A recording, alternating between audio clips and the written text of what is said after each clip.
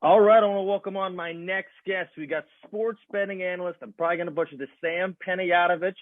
Good Nailed for it. You hey, nailed that's it. what I was talking about for NESN and FOX Sports. Sam, has everything going for you? Super Bowl is a couple days away. A lot of money is going to be thrown around. Yeah, I'm looking at some of these numbers from around the world. I mean, you start in Nevada and work outward. Nevada had about $158 million for the Eagles and the Patriots Super Bowl a couple years ago. I'm a little bit concerned about the number across Nevada because of the pandemic. As we know, people aren't going to probably flock to Vegas the way they have in years past. But you've got to still think that we're going to reach around $6 billion around the world on this game. And a lot of that is illegal, as we all know. There's going to be a huge chunk of that is legal, but a lot of it's going to be with a corner bookie or in the back of a bar or whatever, in the alley or something, or with your friends. But that's the number. The AGA, the American Gaming Association, thinks that we're going to hit over $6 billion wagered on the game around the world, which is Wow, flabbergasting to think about how big that number is.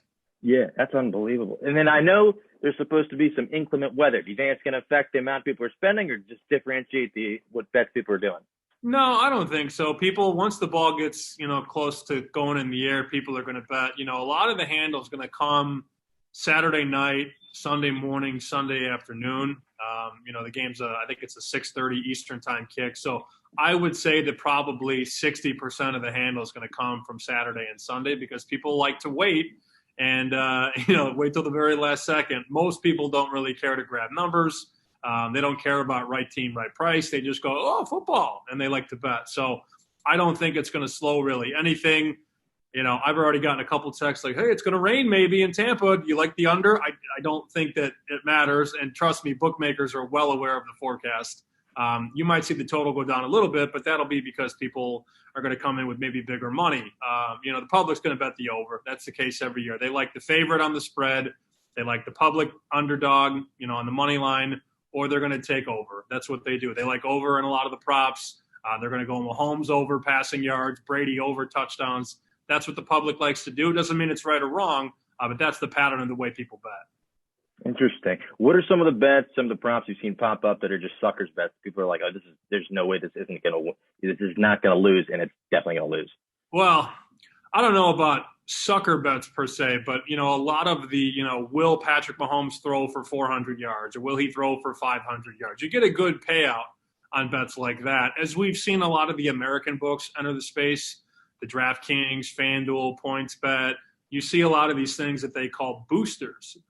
And you look at the booster, and what they do is they put it on their website or they put it on your mobile app where it says, all right, this should be plus 180, but we're going to give you plus 400. You're like, holy shit, like that's a great deal. It's probably not. The reason they're boosting it is because it's probably not going to win. So I would say stay as close to minus 110 as you can. I prefer the plus price if you can find it, plus 100, plus 115, plus 125. It's easier when you minimize your risk by minimizing your juice. But don't fall for the boosted parlay. If the Chiefs score 30 and Mahomes throws for 400 and Kelsey scores 2 touchdowns, we're going to give you 12 to 1. Well, no kidding, because it's probably not going to happen. So my biggest advice would be it's not so much stay away from any specific prop. It's avoid the bait. They're dangling the carrot in front of the rabbit. We're going to give you 6 to 1 when it should have been 2 to 1. Do you think they're doing it for a reason? The answer is yes. What about this one I did yesterday that's 36 to 1? It's Patrick Mahomes and Tom Brady to have 400 passing yards each. Well, that's an interesting one because if it's 49 to 42, that's different. I bet $1 to win 34. I figured I mean, the odds are certainly against you, but you're not going too outside the box there. I've seen some where you need 5 things to go right, and Giannis needs to have 50. I did that last week. That was me last week. I had 2 weeks ago. I think it was the Bucks. It was one of the games. I think it was the first game. It was the Bucks Packers. I had both teams will score a field goal and a touchdown in every quarter, and then I was like biting my fingernails, and then it didn't happen by the halftime. That was my follow-up question. Did it win? No. None of my parlays ever win, but that's the example that you have to pay attention to, because when you look at a prop and you go, I could bet 10 to win 360, that's going to hit once every 40 times, once every 50 times. So if you do it 50 times, you win it once, you're still down at the end of the day, and that's the math you play into. But you could get lucky. I will say, because it's, if it is Mahomes and Brady going over 400, that's a lot more likely than it is for some of these other realistic or unrealistic props where you need all those different things to fall and all the dominoes to go a certain way. If it is a shootout, 400 is attainable. I don't believe in Brady to throw for 400 yards, man. I don't see it. And I'm also a little concerned about the offensive line for Kansas City. If one more person tells me Eric Fisher's not a big deal, not playing, I'm gonna max bet the under on Mahomes passing yards, because last year when he didn't play, the Chiefs were 4-4. That's certainly something to pay attention to. He's one of the best left tackles in football. So I'm actually from the school of, I think this game starts a little bit slower and potentially speeds up late. Remember, last year, the Chiefs had 10 points midway through the third quarter, and then they just kind of kicked it into high speed, and they ended up with 31. But that was a late bailout by Mahomes. I don't think they're going to move the ball all that well, especially early in the game. They haven't played in 2 weeks, and you have a bunch of injuries on that offensive line. So they can both throw for 390 yards. They can have really good games, but you won't win your bet, and that's the problem. And the other one I have that it can't lose is Tyreek Hill and Mike Evans to each score 2 touchdowns. That's, I bet $1 to win 34. Man. That's a lot of touchdowns. I figure you can't. $1 to win 34. Like, if you lose, great. You win, you're guaranteed. You got it. So how many of these dollar bets do you have floating around? Just two. I don't like any other one. Just 2. Yeah. Okay, so you have $2 at risk. To win 70. I'm sure you can part with $2. I mean, that's like half of a Starbucks coffee these days, I believe. Yeah. Or maybe and they're giving you money every week. So like they gave me, I did one. It was like I did this one. It was like, if you made a $2 bet, we'll give you 10. I'm like, all right. I don't know how you guys make money on that, but it works for me. So yeah, and then in terms of like player props, I know everybody's saying like, oh, you got to do Kelsey at any time touchdown. It's like you're not getting good odds. Is it even worth it? Kelsey's been bet down quite a bit. You're sort of paying a tax on Kelsey because people know that Kelsey's likely going to find his way in the end zone. I think I saw one book had Kelsey anytime touchdown minus 180 or minus 200 or something like that. But you're paying a premium on that because he's a very popularly bet player. People look at his stats. They've seen him, catch that little shovel pass from Mahomes. They've seen him get balls in the end zone. So you're not going to get the value on a guy like Travis Kelce, but that does give you value on other players. We talk about the Travis Kelce's and the Tyreek Hills. Mecole Hardman has very good odds to score a touchdown. Now, it's less likely that he gets in, but there's a guy that has a better number, a better return on your investment. Sammy Watkins is the same. You're not going to get value on Hill or Kelce. It doesn't mean they're not going to score. I'm just saying for the price, for the bang for your buck, you're going to get much better numbers on guys down the page because everybody's betting Mike Evans or Leonard Fournette or Travis Kelce or Tyreek Hill. So it brings value to other players on the field. What about in terms of like over under the amount of time for the national anthem? Do you ever partake in that, or do you think it's BS? I quit cold turkey on the national anthem. Yeah, this was when we found out Gladys Knight was sick. This was a couple of years ago. I think it was Patriots Rams, and we found out that she was not feeling too hot. And we got some information that she was sort of ripping through the dry run, if you will. And she was and getting off the stage. Like she did not want to be there. So we went under that, hit that, and I'm good on the anthem. I don't know what to make of a duet. It's a duet this year, right? Oh, really? Who's doing it? It's, I forget their names. I'm not great with names. It's a country singer and a female. I know The Weeknd's doing the halftime show. I know that, yeah. Yeah, I don't know because I think it's the first time in the history of the Super Bowl where we have 2 different singers. So I don't know how that goes. One of my favorite stories about the anthem, Jennifer Hudson, this is 10, 12 years ago. I bet under 2 minutes and 3 seconds. She got to 1:33. She was flying through this anthem.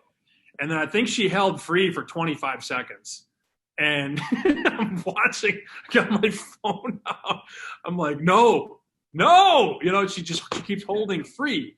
And then, and the hum of the brave. And like she held free and brave, I think, for a combined 30 seconds. And I lost my bet. So, You're playing with fire when you're going on the anthem, over or under. I feel bad for everybody that's going to be watching the game either on a stream, so they're on like a maybe 10 to 12 second delay. Like when I was watching the ball drop this year, my friend's like, Happy New Year. I'm like, what are you talking about? They're still talking. And then at 1:03, all of a sudden the ball drop. I'm like, oh, this is bullshit. Or 12. That would really, you know what? That would really mess you up too if you're on that bad of a delay. I would advise against live betting. Yeah. No, the one that threw me off a couple of years ago, I was working, and it was right after they turned the clocks back, and for some reason my Twitter used to be in Pacific time, and my phone was in a different time, and the computer and the thing was wrong, and I'm like, all right, I don't know where I am right now. Like this is crazy. So before I let you go, what are two different either props or bets you like that regardless of how much the number moves in the next few days, you think it's worth putting money down?